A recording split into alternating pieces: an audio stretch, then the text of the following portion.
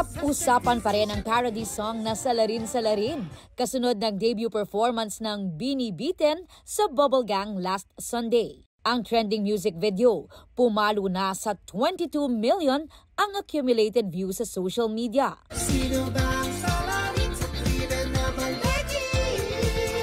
Pagkatago ang titig. Talagang lit ang parody song and MV na ito mula sa hit song na Salamin Salamin by the P-pop group Beanie. Sabi nga ng netizens, Michael V did it again. Sabi pa ng iba, the beat is bopping, pero ang lyrics, dark and heartbreaking. Mismong si Kapuso comedy genius Michael V aka Beanie May Jowa Na ang sumulat ng parody song at bumida sa MV. Pero ano nga ba ang inspirasyon niya rito?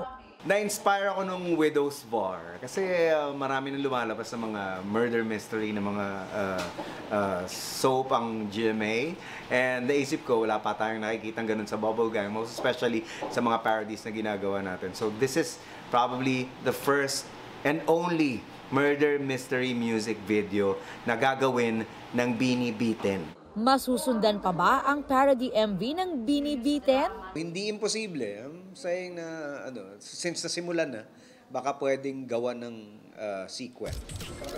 First time naggaganap sa father role ang sparkle and South Korean actor na si Kim Ji-soo.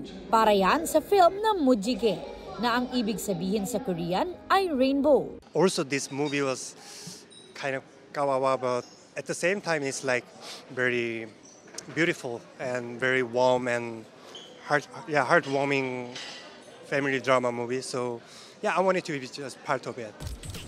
Selfie with the Korean stars naman ang pinusuan ng mga netizen kay Rocco Nasino.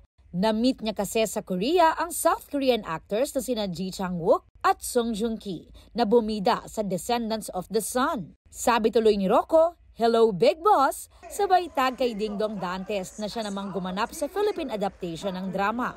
Nasa South Korea ngayon si Rocco bilang representative ng pelikulang Motherland ni Direktor Brillante Mendoza na lalaban sa GISA category ng Busan International Film Festival. Para sa GMA Integrated News, Aubrey Carampel ang inyong saksi.